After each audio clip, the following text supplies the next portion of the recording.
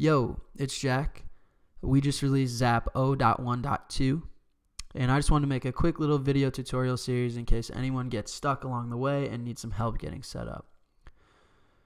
So I can double click the DMG. I'm on Mac. It'll ask me to drag Zap into my applications folder, which I will. I'll head over to that applications folder, double click Zap, and it'll start us right up. So the first thing Zap will ask us is how we want to connect to the Lightning Network. So this is part of our all new onboarding, which kind of lets you customize your Lightning Network experience. So these two below are a bit more advanced. Custom will allow you to connect to a remote LND if you would like to drive a remote LND instance with Zap. And obviously now this is pretty self-explanatory. You can drive your BTC Pay server with Zap.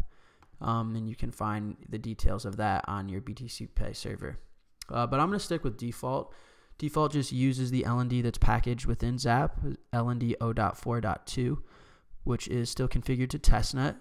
So I'm going to go ahead with that. Now I can set my node's username or nickname or alias. It's important to note that these are not unique. Any node can have any name, and you should not be verifying nodes on the network just by their name. You should use their public key.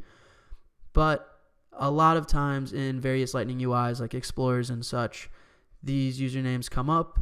Sometimes it helps the user experience. So I'm going to stick with Jimmy Mao. That's been my online handle forever. Hit next. And now we can enable or disable AutoPilot. So AutoPilot is an automatic network manager. It was packaged and turned on by default in Zap 0.1.0.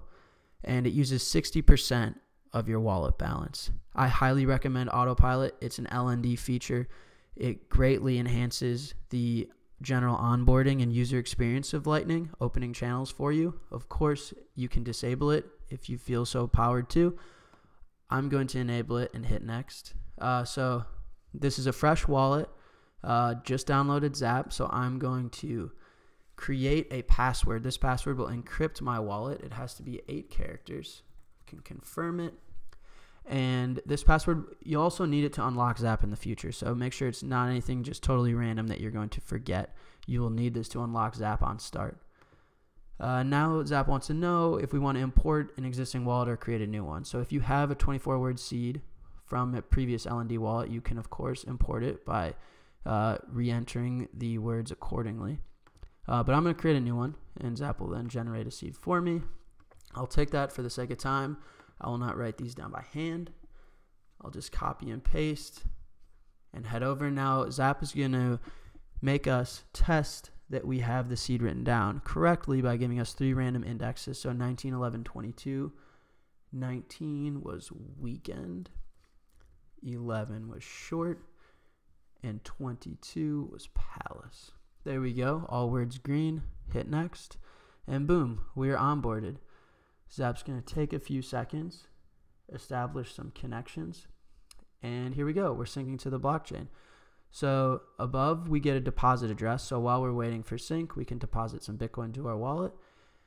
And then below, we can see some statistics on our sync. So here's a progress bar. We're at 4%, 5%, moving quickly. This should only take about 5 to 10 minutes. And then we can see some more transparency here, the amount of blocks headers, that Zap has fetched, and the amount that's left. So there we go. I'm going to now deposit as long as we're waiting. Just head over to a testnet faucet, paste in my address. I am not a robot. And give me some coins.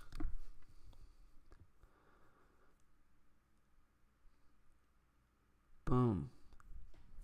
Simple as can be. So we can head over to like a testnet explorer,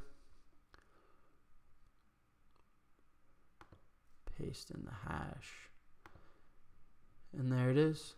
So now my Zap is syncing. Hopefully I get some confirmations sometime soon. And then once I have some Bitcoin on chain and Zap is fully synced to the blockchain, next we will open some channels and send some payments.